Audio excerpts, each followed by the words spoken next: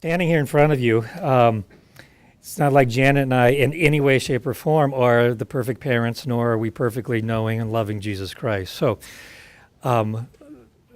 anytime you speak on something in front of a crowd on parenting, it's easy to come across as if you know a lot, and but that's not how we want to come across.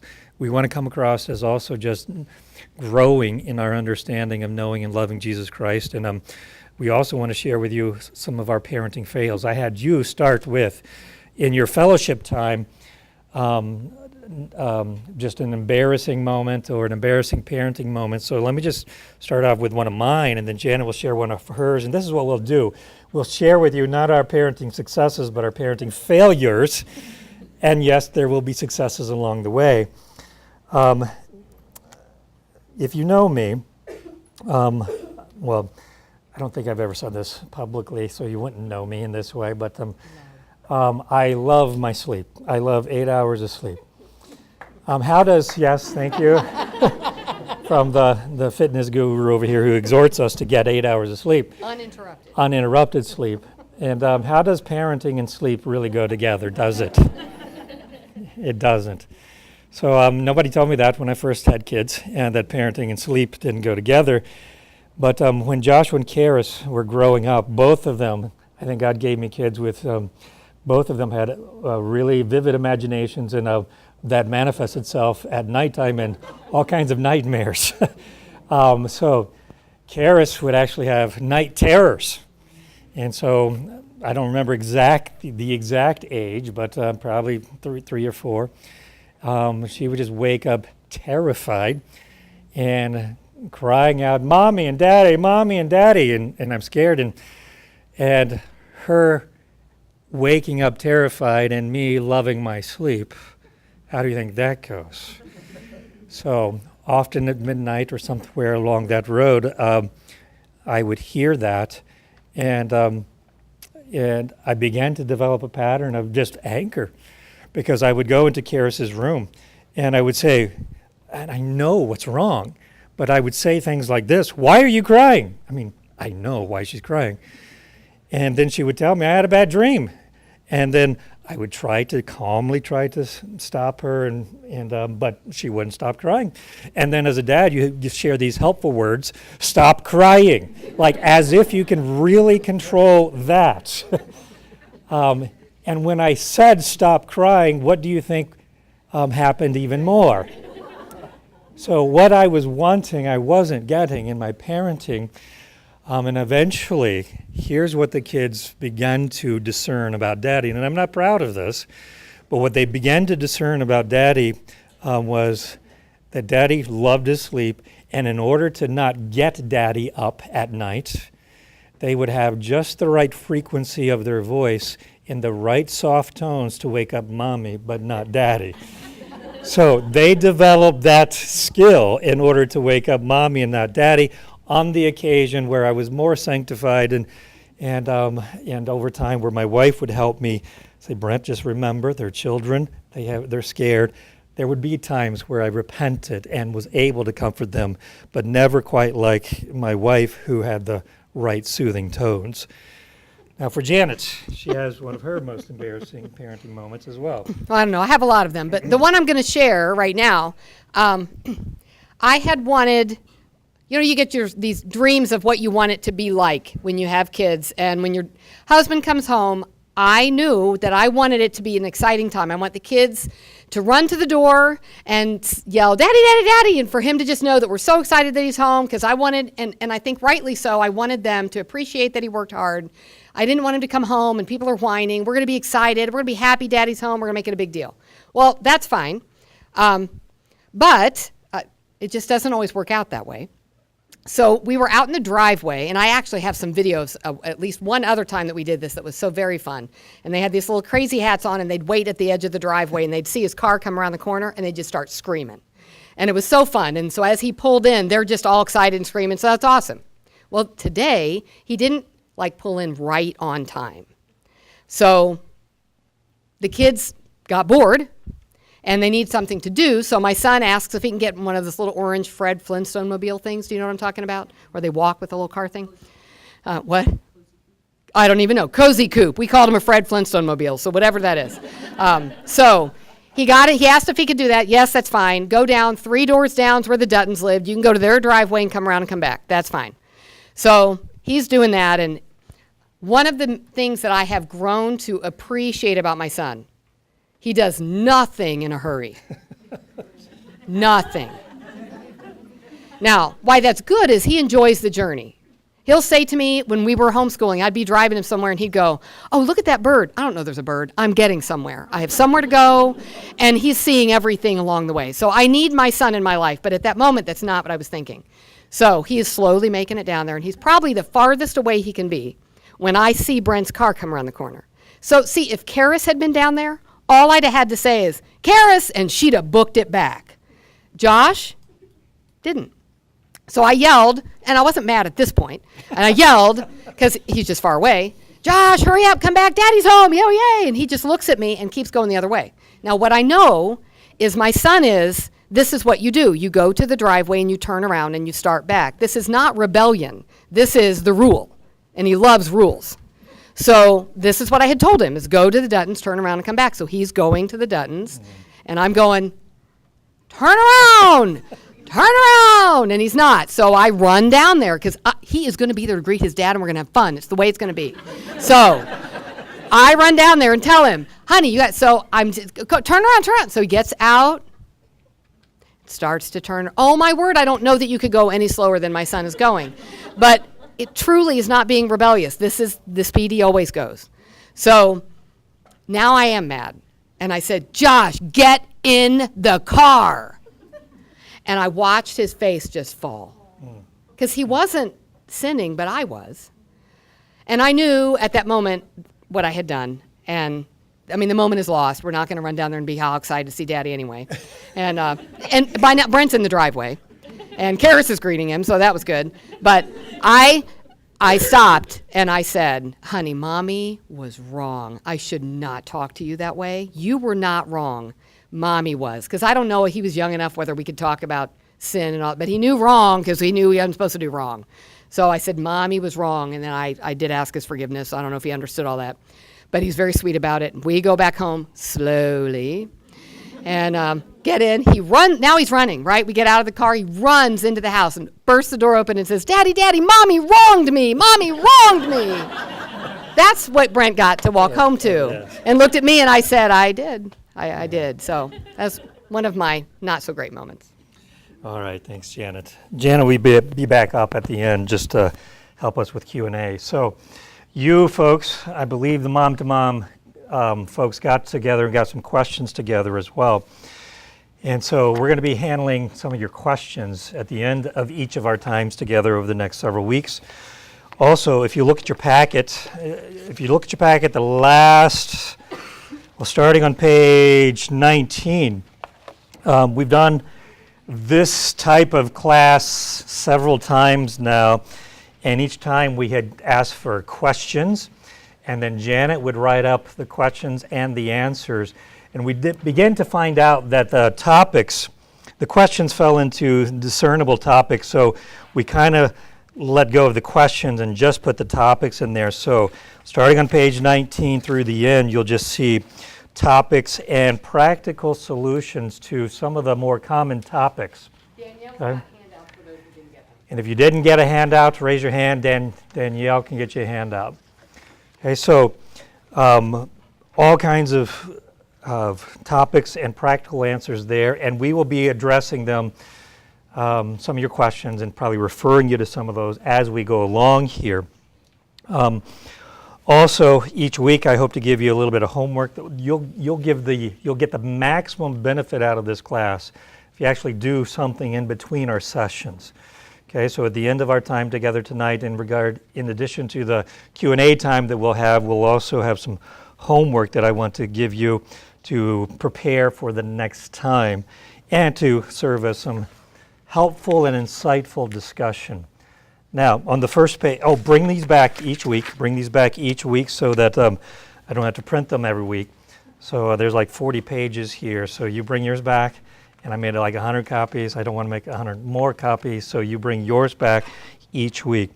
Look at the first page, let me kind of just give you the overview of where we're going in this time together. One of your first homework assignments that I will ask you to do is read that link there from the Gospel Coalition, When Kids Will Not Bow to Your Idols. Okay, it's a fascinating parenting article, and I will assign that at the end of class today. Here's what the purpose is: to discuss the essential heart and practice of parents that results in pointing our children. We can't make our children behave. We can't make our children necessarily do anything, but we can point them in the right direction. So point them to their, and I use the word incomparable, to their incomparable Creator, one who is unlike anything else. And the only way that you're going to ever point your children to the one like whom there's nobody else is if you're kind of enamored by him too. And that's a growing recognition. So pointing them into the incomparable Creator and Redeemer God so that they might choose, so that they see that God is better than, sleep. Let's say it that way. God is better than, as Janet's just portrayed, she was wanting the perfect little family gathering and welcome to please me. But God is better than the perfect family gathering. God is better than 8 hours of sleep. So our goal is to be enamored by God so that you might point them that direction too. And just so that you're encouraged, this has encouraged me. Remember, God has only prodigal children except one, okay, his son. But the rest of his children, all millions and millions of them over the course of time, are all prodigals. Who am I talking about? Yes, you and me. Thank you, Mary, for making it so first person. Me. Okay? So God only has prodigal children, and I hope that encourages you. Number one, if you have what we would call a prodigal, you're struggling in your parenting right now. Number two, let me say something. If you are a parent that might be considered either a single parent or maybe you're enamored with God but your spouse is not, okay? My hope for you is this: it only takes one, okay? So if there's somebody in the marriage that is enamored with God, here's what your child is going to see: that your hope and your stability and your joy is so different than the spouse that doesn't have that. Okay, so from the outset, I'm not here to tell you how to have perfect kids, and I'm not going to give you a step-by-step, and because that would be discouraging too, if you're not in a good marriage, and you have somebody that is just not helping in that regard. So just remember those two caveats, or those caveats, as we start. Tonight we'll talk about our purpose, and those of you who know me, and this, if you do know me, I share this often. We'll talk about our purpose tonight. If you don't know your purpose, how can you ever give any kind of a purpose to your child? Okay, so it starts really with you understanding your purpose and living it out, because you cannot give to your child what you do not have. Session 2, next week, we'll talk about our pleasure. This is where we get more into heart issues and stuff. Our primary issue and your child's issue is a deceived heart. Know your heart. Here's what I have found. So Joshua and Karis, 21 and 19 now. Their behaviors, slowness, okay, in Josh, and any of the things that we share with you tonight. We do have our children's permission to tell you about, because we have talked to our children.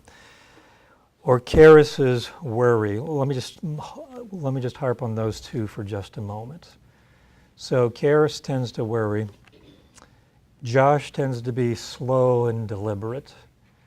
And for me, I can get really impatient with Karis's worry when she's doing it for the third time per week. And when Josh is filing for tax extension, April 15th. 3 days ago, 2 days ago. But he managed to get it by the deadline of the midnight of April 15th, with his extension anyway. So those things that are most irritating to parents, guess where they came from? If you'll ask Janet about our marriage, I tend to be slow and deliberate on certain things. And if you ask Janet about, yesterday in work, I tend to worry. And how many times has Janet put up with my worry and my deliberate, my slowness in making decisions? When I see and understand my own issues, I tend to have more compassion on my children. If you do not see your own issues, you'll never see your children's, and you will also lose patience with them. So we'll talk about that in session 2 a little bit more and why those issues are there. Session 3, we'll talk about our priorities, growing in our knowing and living out God's answers for life. And life is about relationships. In session number 4, we'll talk about our path. You living in a contagious way that is better than everything taught by the world. So, and then discipline, we'll talk about discipline too. You'll understand what I say in number 7 when we talk more about our path and you understand the principle of the path. But discipline gives a taste of the end of the path without actually having to walk the destructive path that children go on. I should probably add it, number 7 there. Discipline gives a taste of the end of a path without actually having to walk the real destructive path. Okay, so next time I print this, I'm going to add that. Session number 5, this probably actually should be first, our prayerful dependence. It's easy to get into the habit of thinking if I just do more things with my children that they will behave. And Janet and I have, with the character qualities that our children have exhibited over the course of time that were problematic, we have tried all kinds of things. I've counseled my children, so I'm a counselor. I've done like 12 weeks of counseling, like I would do with any other counselee. We have done all kinds of getting together, just talking, drills, exercises, and guess what? Nothing inherently changes them unless they're willing and God changes their hearts. Okay, so unless the Lord builds this house, we labor in vain. So parenting teaches us over the course of time to be more dependent upon God than our parenting techniques. That's why I'm not giving you parenting techniques for you just to apply. I'm trying to get to your heart first and then hope you will also be captivated by the incomparable God so that your children might see a better way in you. So turn over to page 2. All right, let me just hear from you. And I know this won't be captured well in the video, but let me hear from you. I'll try to repeat it if I remember. What do you want from your kids when they are, what do you want from your kids right now? If you had a goal for your kids right now, what do you want for them? What do you want from them? What? Raise your hand so I can call you. Deborah. Complete obedience. Complete obedience. Complete obedience the first time. With a happy heart. Complete obedience with a happy heart the first time. What else do you want for your children? Yes. To love others more than themselves. So complete obedience, to love others more than yourselves, than themselves. What else do you want for your children? What else do you want? To eat what I make. To eat what you make. Okay. We'll talk about the food wars. You know, I love Star Wars, but there's another war called the food wars. And we can talk about that tonight if that is the question and answer time as well. What else do you want for your children? Yes, right over here. And then over here. To be saved, absolutely. To be saved, absolutely. Yes? Good choices. Okay? Now, all of that was excellence. Now, what do you want for your children when they actually leave home? I'm just curious. Yes, Marnie. Off the payroll. I wasn't expecting that one. I'm getting closer to that, by the way, and you're right. So, okay. What else when they leave home? What do you want for your children? Yes. To be prepared to face the daily challenges of life. What else do you want for your children when they leave home? I want them to love God and to love others. Yes, and that goes back to the answer to love God and to love others. That goes back to one of the answers. We want that even now. Okay, Alex. Discipline. Discipline. That coming from a military guy. And a core fitness guy as well. All right. What else do you want? What else do you want? Desire to please Jesus. Yeah, desire to please Jesus. Nathan. Discernment. Okay, all of that was fantastic. Okay, all of that was fantastic, all your goals. How is your current way of interacting with your children? Okay, so now let me take it to analyze how you're interacting with your children right now. And what does it really show your goals are? Okay, I'm not going to ask you to raise your hand on that one. But what does it really show your goals are? For example, in my anger with my dear daughter, Karis, at night, my parenting, my interaction with her, what did that show her that my real parenting goal was? Life is about sleep. Okay? So how does your current way of parenting right now actually show what your goals are? That's an interesting question. And also another question, would you want your child right now to emulate your Christianity? So think about your Christianity. And I heard one of you say that I want my child to obey right away. Deborah, you said that, complete obedience. Well, let me ask you, are you doing that? So would you want your children right now to emulate your Christianity? And for me, there's parts of it that I say yes, there's parts of it that I say, Josh, Karis, you need to do better than I'm doing right now. Leading the home, Josh, be a better leader than I am right now. I'm trying, but you can be a better leader than I am. I'm weak in my prayer life, and as a pastor, I'm admitting that to you. I need to be a more diligent prayer. And if your answer is no, what impact is this likely to have on your children? Okay, for example, so if you're saying right now, so I know I got areas to grow, but really, I don't have Christianity in my life. I profess Christ, but I really don't live for Christ. You tell me, what impact is that likely to have on your children's future love for Jesus? Okay?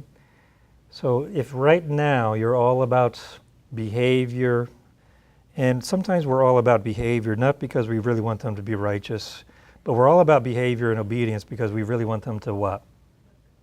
Okay, look good is one thing. So when you're at the store and they're not behaving and your first thought is, what are people thinking of me?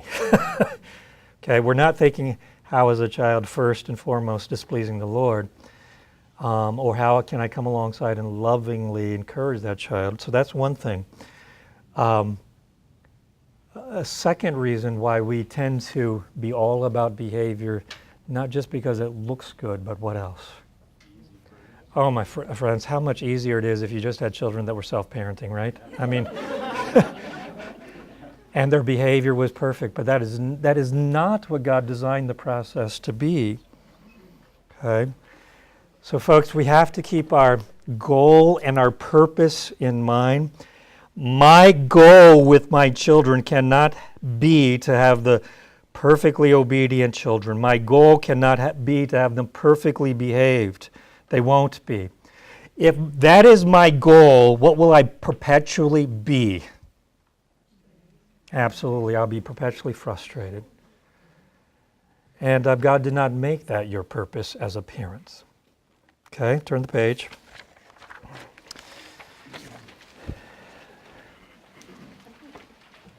What's your purpose? And this is where I go into my getting more and more famous illustration.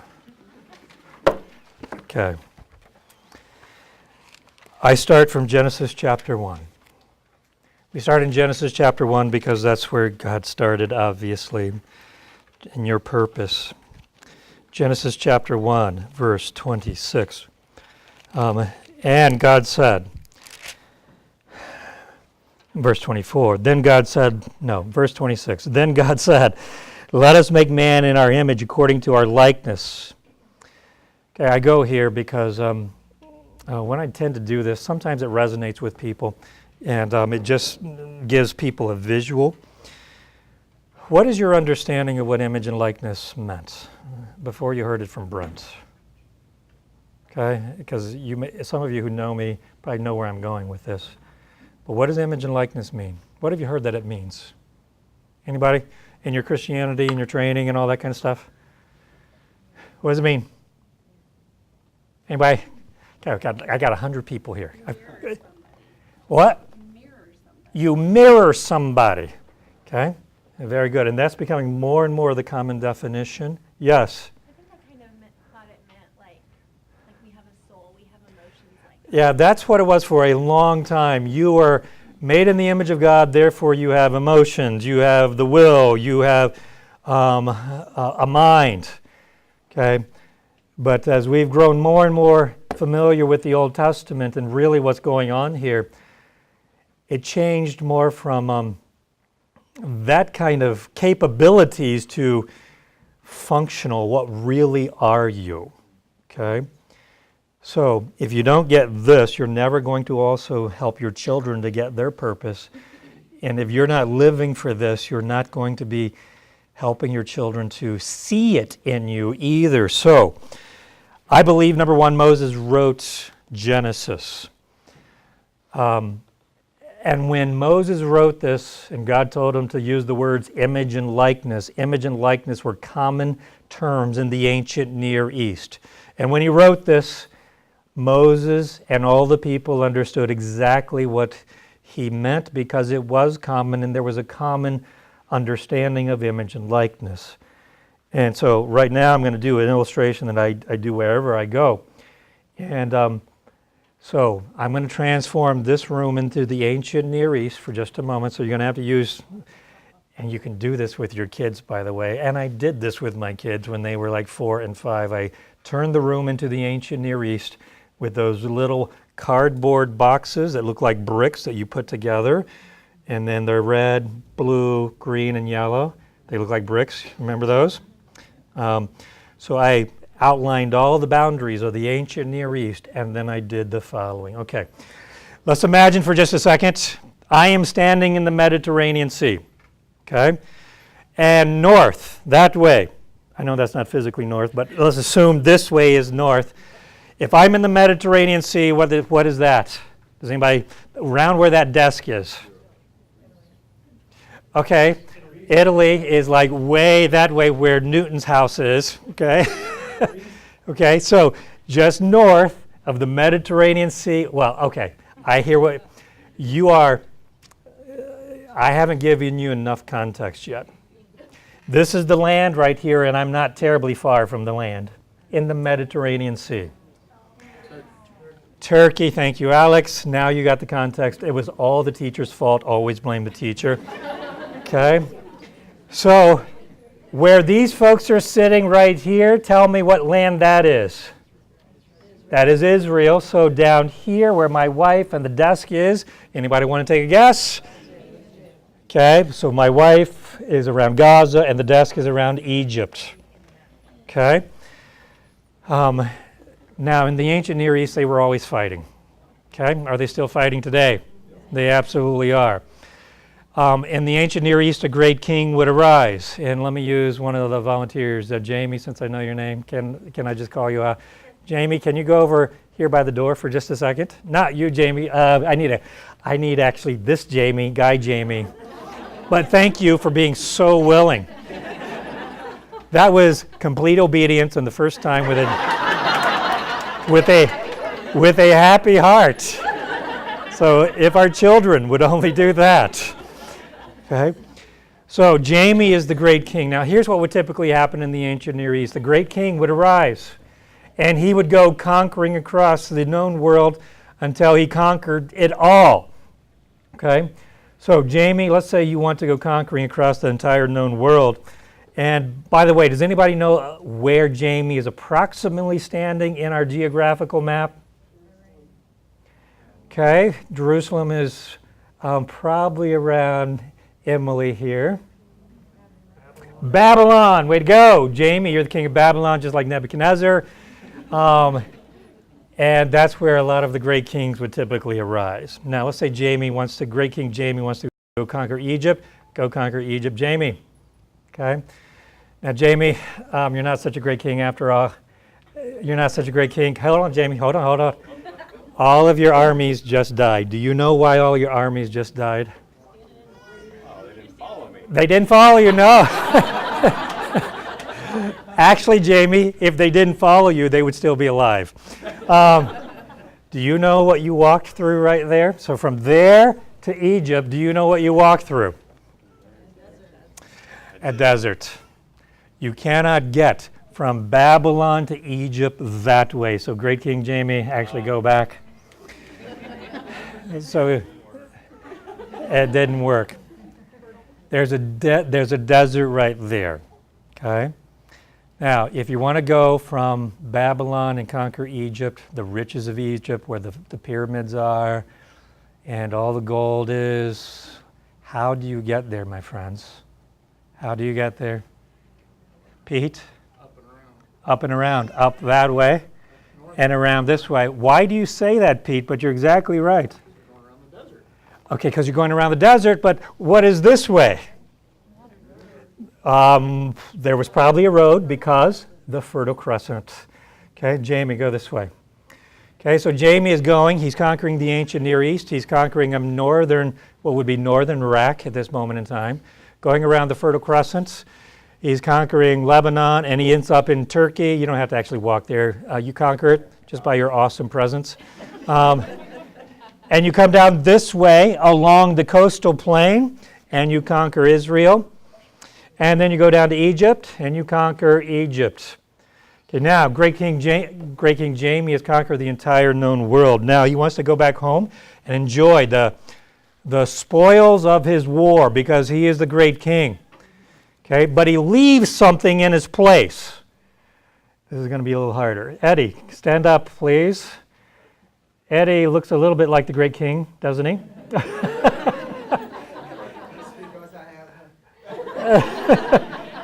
Both handsome. Come this way, Jamie. He leaves something in, you stay there, Eddie. You're motionless and you're statuesque, okay? Just like that. You look like, and that's really creepy. So, Dustin, could you stand, please? And then Alex, could you stand? And then Jamie, go right back to your throne, and you go to your throne in Babylon. Okay. Now, Dustin and Alex and Eddie. So the great king left something in the ancient Near East in the conquered lands. Anybody want to guess what these things are? That's right. They're representations of the great king. They're actually statues. And they're statues of the great king. And in the ancient Near East, you can go back into the writings. And if you understand like cuneiform or Ugaritic or something like that, such I'm sure most of you do, and even in the Hebrew, guess which two words are used of these things? Just guess. Image and likeness. Now, tell me, my friends, what are the image and likeness of the great king supposed to do for the people? They are supposed to remind them of who? A great king. So when you see Eddie, as much as he looks like Jamie, you did a good job. Okay, so when you look at the statues, you're supposed to be reminded of the rule of the great king. They are the visible representation of the great king. Okay? Now, go ahead and sit down, guys. Thank you. Thank you, Jamie, for playing along with me. Those are the statues. You can see a vestige of this actually in Daniel. Nebuchadnezzar made a statue of himself in his hometown, Babylon. Okay, so when Moses writes, God, let us make man, when he writes about what God says, let us make man in our image and in our likeness. Okay, friends, tell me what your purpose is. And a purpose as a Christian and purpose as a parent. You are the visible representation, and I'm going to add another word, of the invisible God. Okay, so I have that written down there. You are the visible representation of the invisible God. When people see you, my friends, including your children, and we can go right back to the second discussion question right there. Since I am the first image of God that my children see. Oh my goodness. Since I am the first image of God that my children see, how should that impact me? Tell me. I mean, how does that, you, when they're coming out of the womb and you're standing there, and then when you, I know they don't see you really at that moment in time and have but how does that impact you? You are the visible, you are the first image of the invisible God that they see. How does that impact you? Tell me. Tell me, how does that impact you? It's a bit overwhelming. Of course it is. Of course it is, and it should be. And that should drive us to our knees and say, God, help me. Okay, it is overwhelming. Now, if you get this, you also understand why throughout the Bible, so this is a little theology for you. If you get this, you also understand why God said, make no graven images of me. Why did God say that? Why did God say, make no graven images of me?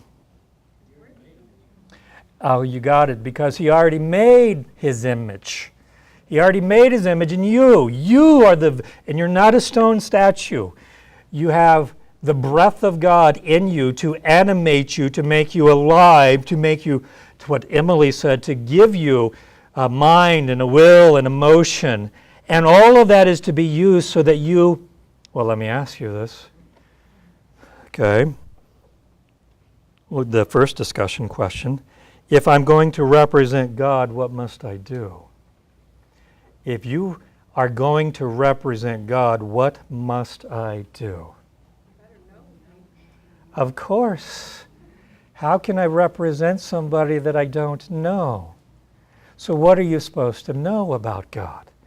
And what are you supposed to be living out? Things like this. What does God say? Number one, about my purpose. What does God say about, in our society today, how do I handle my sexuality? How do I handle money and finances? How do I handle marriage? How do I handle communication? How do I handle work? So if I'm going to represent God in his value system, I must know him. Turn, if you will, over to Exodus chapter 19. And let me, I'm going to give you a running start to getting up to the context of Exodus chapter 19. And I'm only going to make one point from this. But so in Genesis chapter 1, God said, you are the visible representation of the invisible God. So when people see you, they're supposed to see God. And his value system. Mankind did a lousy job at that, and they rebelled. And I'm only going to give you, before Exodus 19, in the second column there, Genesis chapter 11, when the mass of humanity came together and they said, let us build a tower for ourselves. And their specific comment was so that we might make a name for ourselves. Okay? So this was after the flood, continued rebellion. So make the connection here, connect the dots. Mankind, his purpose was to be the visible representation of the invisible God. And he, in Genesis 11, says, I want to make a name for myself. So who is he representing? Himself. And God says, okay, if you want a name for yourself, I'm going to give you a name for yourself. And God came down and judged them. And he gave them a name. Tell me what the name was if you know Genesis chapter 11. And if it's okay if you don't, I'll tell you in just a little bit. What is the name that God gave them? Okay, what? Babel. Does anybody know what Babel means? Confusion. Okay, and it was embedded on their tongue.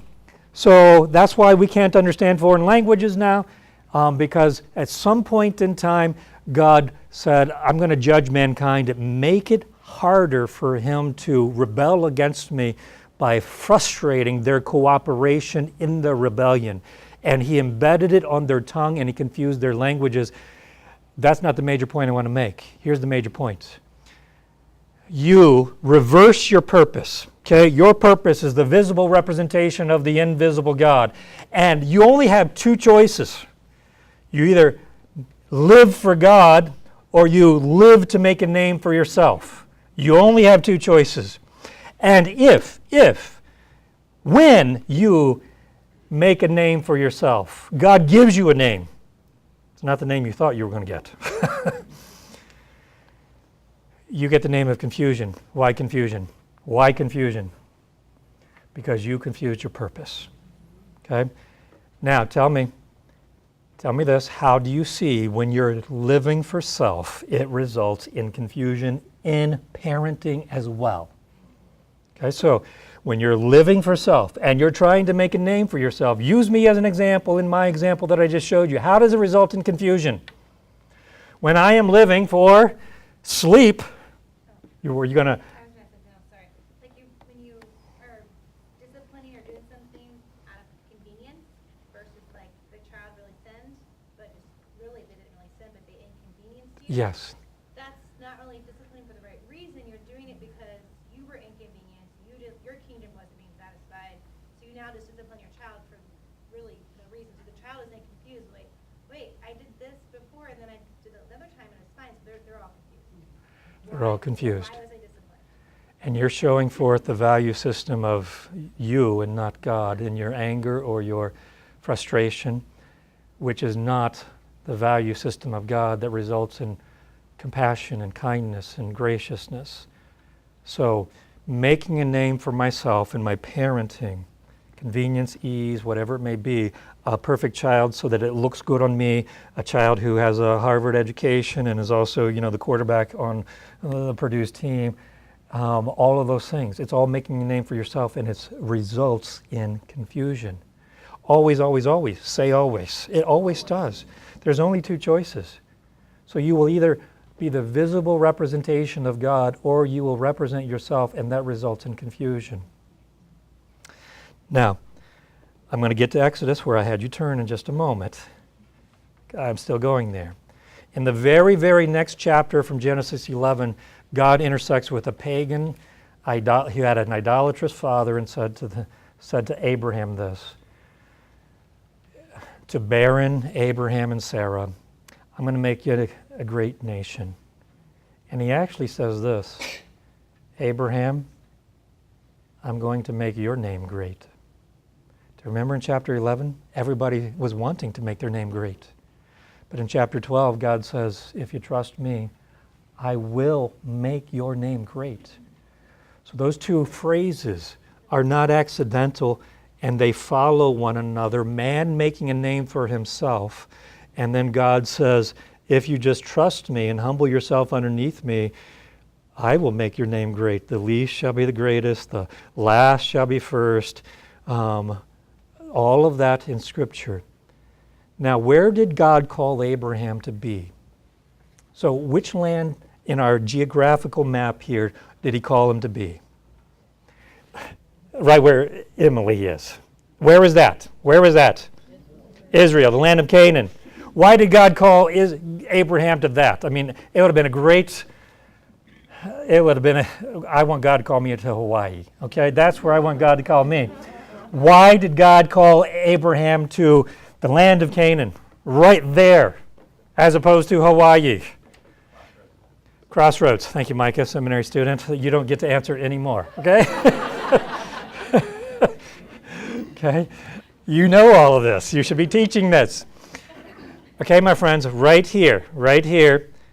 Let's say you want to go from Babylon to Egypt. You have to go through the land. If you want to go from Turkey to Egypt and you don't have a cruise ship, you have to go through the land. Okay? And here's what God wanted Abraham to do. Go to the land and show forth my name.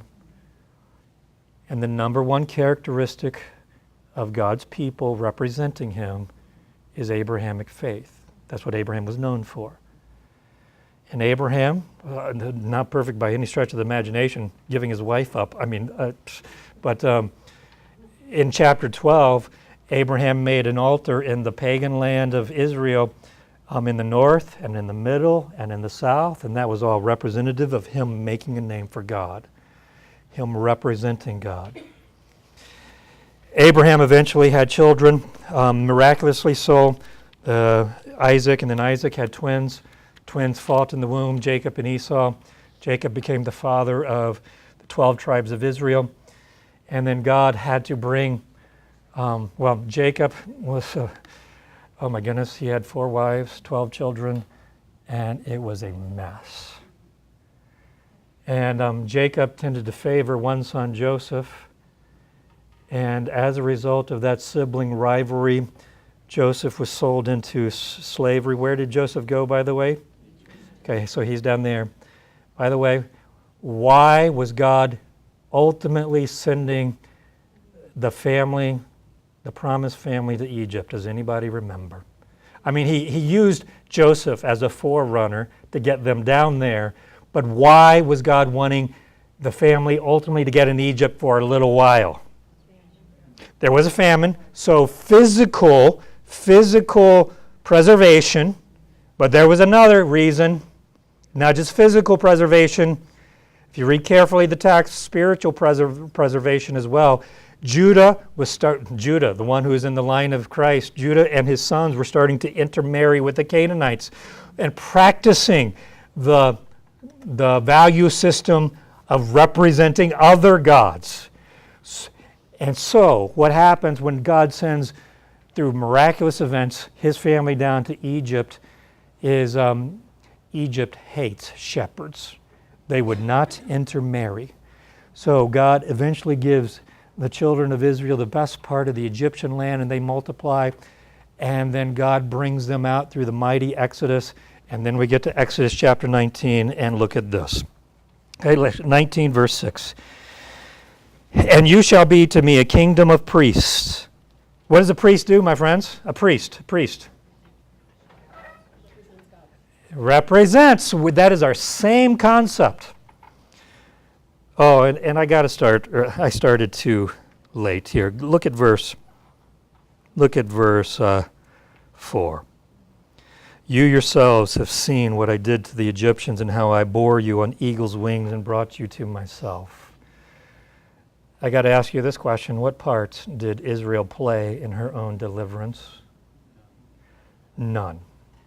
Israel played no parts in her own deliverance. And now God says, Israel, I have loved you. Because I have loved you, I want you to be my representatives. So you will be a kingdom of priests to me, verse 6, and a holy nation. These are the words that you shall speak to the sons of Israel. And all of this was going to that first discussion question. If you are going to represent God, what must I do? Okay, know God, and know God first in this way. Yes, as your creator, but also as your redeemer. If you're saved today, you brought nothing out into your salvation, not your good works, not anything. And if God saved you, He loved you, He has loved you, and here is the first thing you need to know about Him. Okay? The first thing you need to know about your lover. What is the first thing you need to know about your lover? What is the first thing you need to know about your lover? Trust Him. That He is your lover. So what are the 10 Commandments in chapter 20 all about? Look at chapter 20 now. So Israel, my people, if I'm going to be your husband, you're going to be my bride. The first thing you need to know about me is, what does chapter 20, verse 1 say? Then God spoke all these words, saying, I am the Lord your God who brought you out of the land of Egypt, out of the household of slavery. You shall have no other husband than me. The first thing you need to know about your God is that He is your only lover. My friends, did sleep love me? Can sleep save me? Okay. Can the perfect family save me? Whatever your lover is that you love, he hasn't loved you like God. And so what the law represents, what Exodus 20 following represents is this. This is the value system of your lover. Don't kill, honor your father and mother. But the first one is that you have no other gods or no other husband before me. So if I am going to represent God well, I have to know my God. And the first thing that I know about Him, He's my Redeemer, my Creator, and He is the only lover of my soul. And none of the gods that you serve, that I serve, has ever loved you like that. And until we get that in our head and manifest that, how will we give that to our children? Okay, but the 10 Commandments are the representing the value system of God so that you begin to know your God. Jesus Christ comes on the scene, and so Moses was on a mountain when he gave the commandments. Jesus Christ gave a famous sermon. Where did he go? Does anybody remember the Sermon on the Sermon on the Mount is all about the value system of God. Blessed are the meek. Blessed are those who hunger and thirst after righteousness. You have heard that it was said, thou shalt not commit adultery. Okay, about behavior. Don't commit adultery. But I say to you, if you're lusting after a woman, you've committed adultery, men. In another way of saying that, you love another God other than me. You're chasing after sexual pleasure. It's not just about the outward hooking up. It's about the inward love of your heart. Sermon on the Mount, Jesus Christ comes and fleshes out the value system of God. Okay, so here's my only point so far. Your purpose. You are the visible representation of the invisible God. And if you're going to represent Him well, you must know Him. You must know Him. Okay, let me give you one more example, and then we're going to do some discussion questions. And, oh, no, I can't do that yet. Yeah, I can. Samson. Here is a man that grew up without knowing his purpose. Turn over, if you will, to Judges chapter 13. Okay, Judges chapter 13.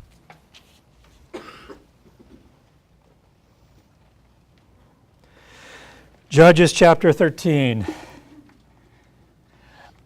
Now, if you don't know the story of Samson, that's okay. You can read it later. But those of you who do know the story of Samson, tell me, do you want your son to grow up to be like him? You're so adamant about this. Why? Tell me why you do not want your son to grow up to be like Samson. Why? What? He imploded. Okay. He's a what? A womanizer. He is a womanizer. Very selfish. Very selfish. You'll notice Samson is a man of his appetites, and they just drive him wherever, primarily sexually. At the end of the story of Samson's name, Samson means sun-like, S-U-N, bright, S-U-N. Okay? That's what his name means in Hebrew. Tell me how he ends up. Tell me how he ends up. Buried? Well, we all end up buried. Okay? So instead of being a bright light, Samson ends up in the darkness. He is blind. I don't think that's an accident. God has a tremendous sense of irony in life. He ends up blind. Now, along the way, he does manifest a modicum of faith. That's why he's in the Hebrews 11 Hall of Fame. At the end also, who was his last woman that he womanized? Delilah. Delilah was a prostitute. And Proverbs talks about once you go into a prostitute, when you go into a prostitute sexually and you kind of habitate with a prostitute, what is the end of that path when you go with a prostitute? In her house is death and destruction. Samson is destroyed. Okay, so all of that's there. But I'm going to tell you, Samson grew up without knowing his purpose. Okay, so what's your purpose? You are the visible representation of the invisible God. Here is a man who grew up without knowing his purpose, and his parents withheld the purpose from him. I can prove that. So chapter 13, verse 1, now the sons of Israel again did evil in the sight. Evil is Hebrew for idolatry. They were chasing after other husbands, other lovers. Verse 2, there was a certain man named Zorah of the family of Danites whose name was Manoah, and his wife was barren. Who does this sound like? Tell me, who does this sound like? Sarah. Abraham and Sarah. So it's deja vu all over again. Okay? Abraham and Sarah. Children of Israel, you should recognize this story. And Abraham and the children of Israel were called to be a nation of representatives. Then the angel of the Lord appeared to the woman and said to her, behold, now you are barren and have borne no children, but you shall conceive and give birth to the son. This sounds just like Abraham and Sarah. Now therefore, be careful not to drink wine or strong drink. This doesn't sound like Abraham and Sarah.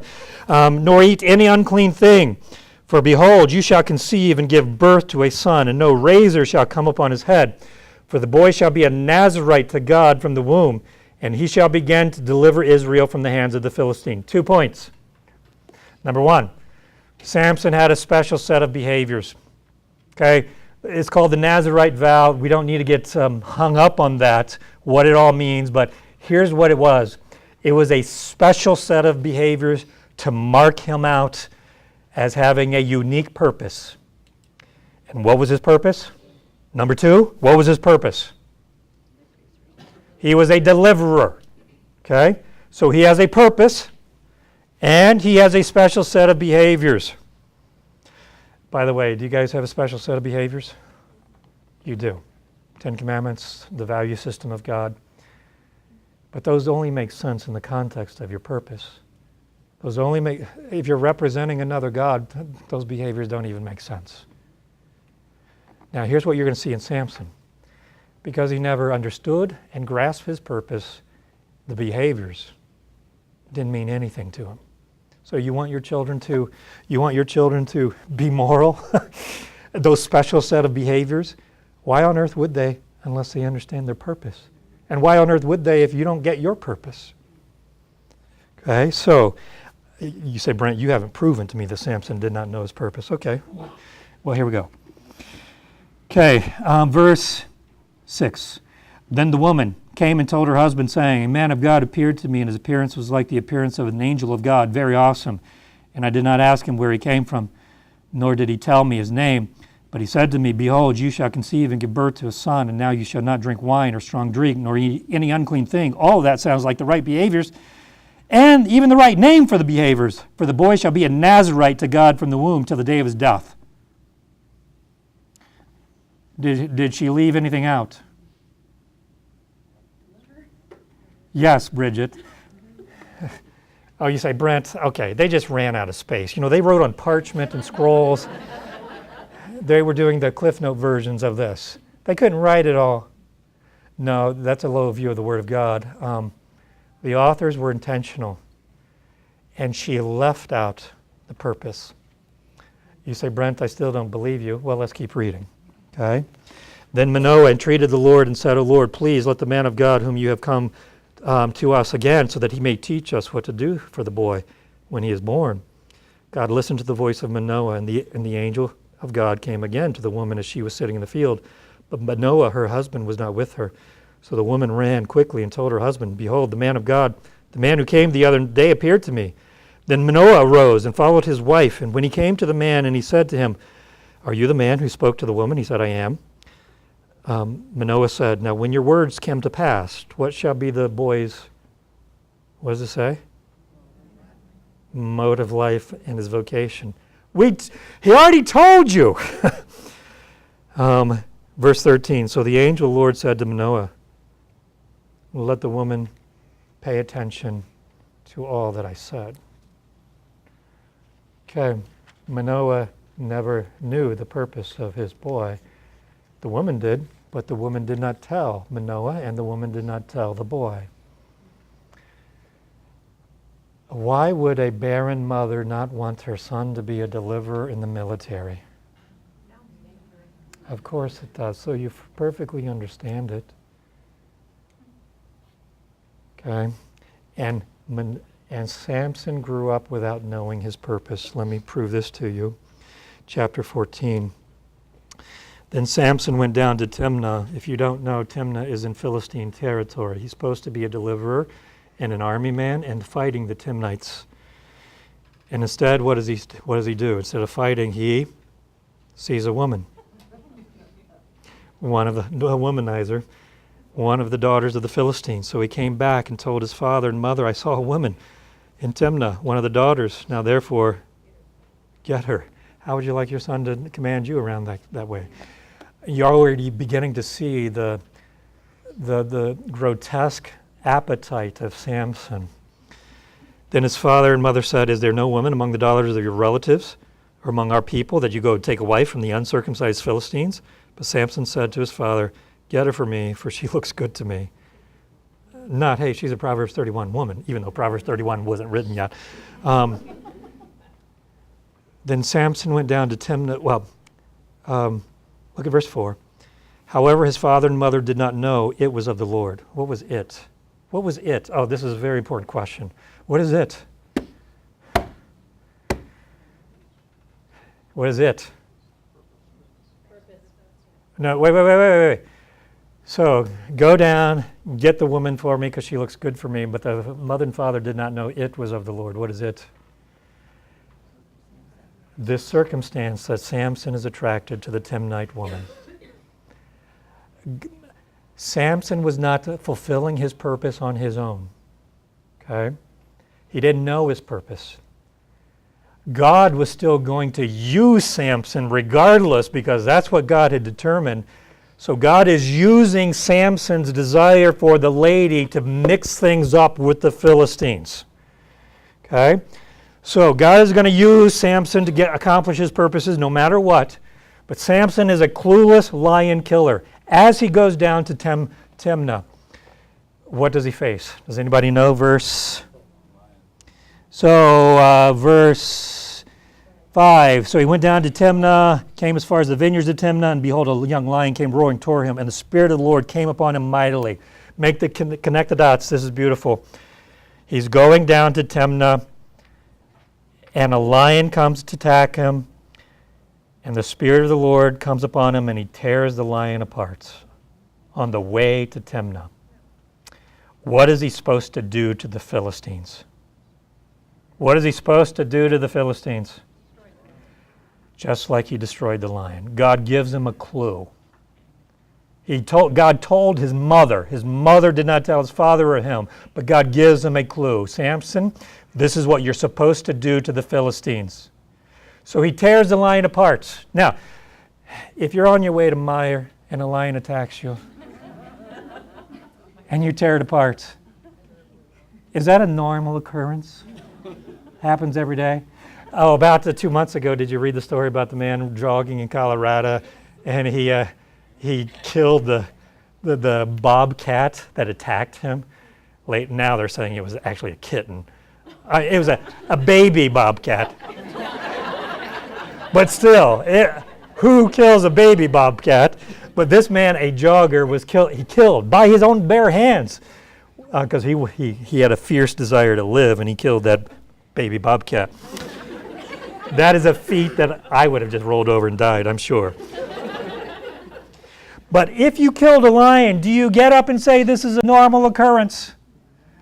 What does Samson do in verse 7 after he killed the lion? So he went down and talked to the lady.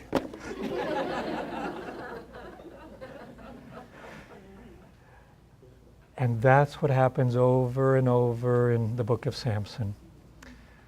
Until finally Samson gives in to the last lady, Delilah, and he breaks the last behavior, which is cutting the hair. And it was not about the hair. Samson did not know his purpose. He did not live for his purpose, and therefore the behaviors meant nothing to him. And in the end, son like Samson ends up in the darkness because he did not know his purpose. I say all of that to compel you, to exhort me. If you do not give your children a purpose to live for, and we understand that God has to change their hearts, the only other option is to make a name for themselves. And that's what Samson was doing. He was concerned about his sexual appetites, and God uses him as a guerrilla soldier to deliver Israel. And God uses what he uses. But in the end, the mom who clamored for her son, who loved her son more than she loved God, lost her son. Okay? But there was a father who gave his son for you. Now, Israel continued for 700 years in idolatry. They could not keep the very first commandment, thou shalt have no other gods before me, with some bright lights. Like David did a little bit of good things, but then he loved women too. When the nations looked at Israel, they did not see the value system of God. God still, however, the purpose from the beginning of creation was that God wanted the visible representations of himself to multiply and to be a blessing and multiply across the earth so that the earth would be full with visible representations of the invisible God, sharing the value system, exalting the value system of our great Creator God.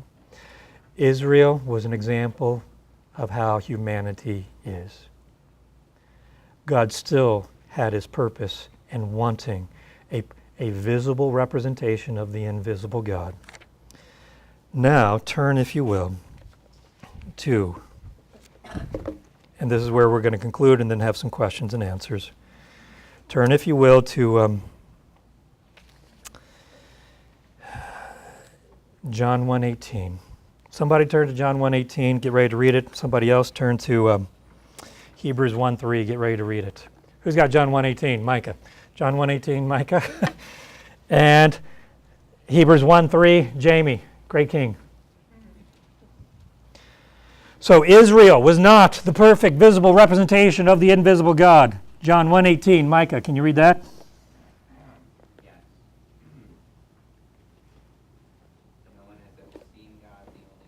Okay, well, stop. No one has ever seen God, the only God. Why has no one ever seen him? Because he is invisible. Go ahead, Micah. The only God who is at the Father's side, he has made him known. The only God who is at the Father's side. Who's that talking about? Give me the Sunday school answer. Jesus. Has made him known. Okay, Hebrews 1:3. Jamie, nice and loud.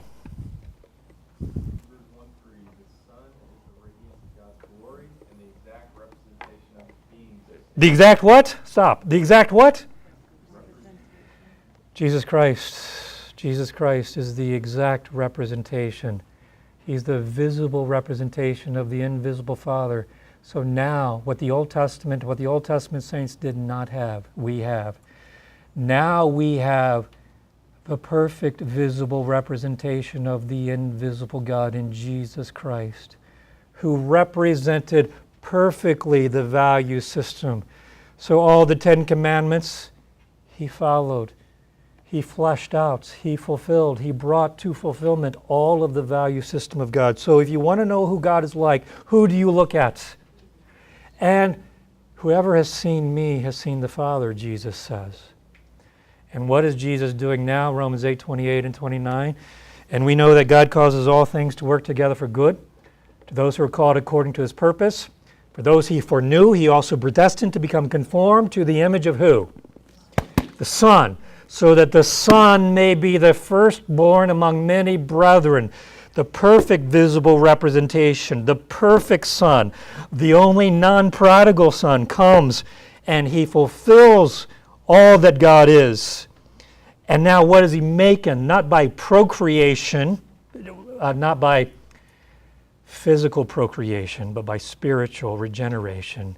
He's filling the earth with renewed children spiritually.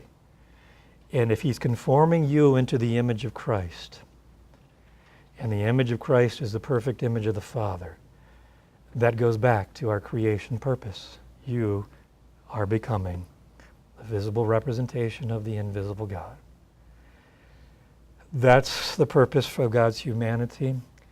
If you don't understand that, you cannot give that to your children. If you're not modeling that by knowing your Father, you cannot give them what you do not have. This is not about them primarily. This is about you. Okay? All right. Janet, come on up here in 5 minutes that we have left. Okay. So, a couple of summary points. No summary point. Yes, one summary point with Samson. Guys, if you don't get your purpose, the behaviors don't matter. Samson. Okay? All right. And bringing them to church will not be enough. Bringing them to church will not be enough. Because of what you're imaging at home. Before we do Q&A, I know the time. Give me 4 responses of what was helpful to you tonight. This is not to pump Brent up because this is just, I want to see if you're processing what was helpful. Give me 4 answers real quick. Don't be hesitant. Don't be shy. What was helpful to you? Okay? One. Yes, Emily. Well, Leah has been really focused on wanting to see God and asking why can't I see him? Why can't I touch him? And so this will be really helpful to speak into Visible that because representative. we're Yes. visible And then you'll tell them about Jesus, the perfect visible one, because mommy and daddy are not the perfect visible one. Yeah. Okay? Number two. Quickly. We don't have much time. Yes? Okay. Am I relying on God or your parenting techniques? Number three. Okay, yes? You're either making a name for yourself or making his name great. Making a name for yourself or you're making his name great. And if you're making a name for yourself, the result will be? Confusion. And I just want to say, I'm noticing the women are responding. The men should be leading. The men should be leading. Dave, what did you learn? You know what? We think fast. So, yes, you do think faster. Dave, one can, doesn't have to be Dave, one man, Alex. Our position in knowing how we are adopted, we are not perfect, and that God still loves us, can create that same sort of mercy and grace and love towards our children.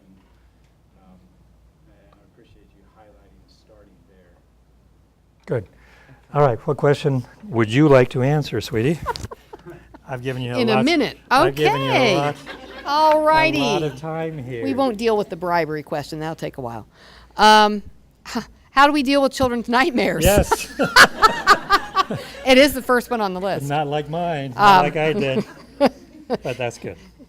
So just a few things, and we are hoping to have our last session be almost entirely Q&A. So if you're thinking, oh my word, I wrote all these questions, we're going to get there, but the teaching is going to inform the answers that we get to later. Things that we did, things that helped my children.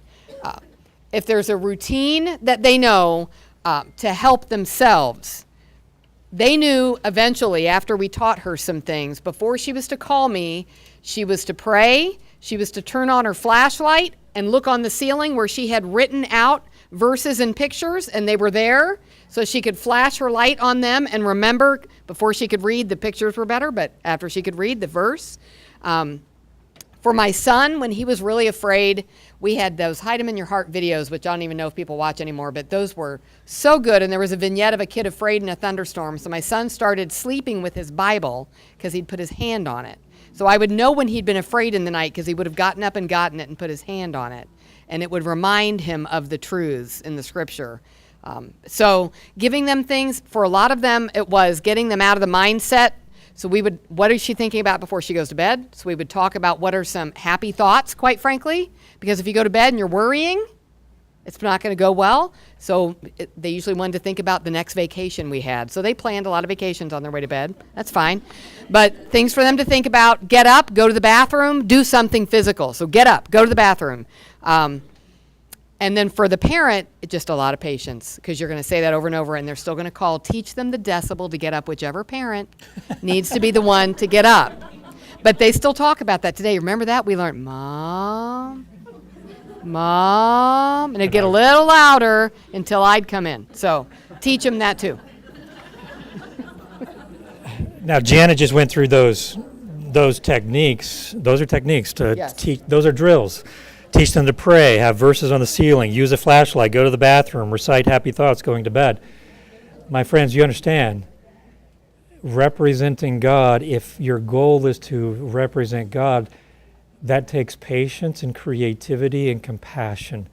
And they didn't do it the first time, and it took a long-standing teaching and patience, which Janet had more of at night than I did. Okay, so So the goal was not that the nightmares would go away. that's not the The goal goal. is to honor the Lord when your kid has a nightmare. Yeah, so you honor the kid, you honor, not the kid, you honor the Lord in the way that you deal with your child.